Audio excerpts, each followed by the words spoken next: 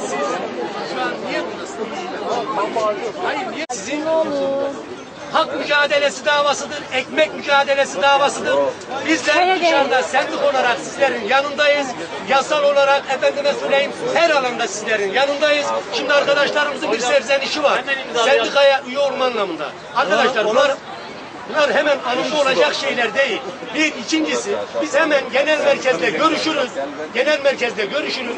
Genel merkez bu konuyla ilgili bir çalışma yapar. O çalışmanın sonucu buraya gelinir. Sizler de sendik üyesi olursunuz. Bunlar mesele değil.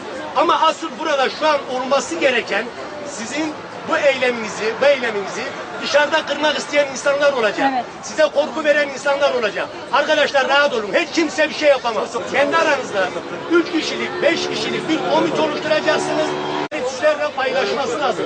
Şimdi biz her ne kadar işçi sendikası olsak da bizim yasal olarak gidip işverenle sizin haklar...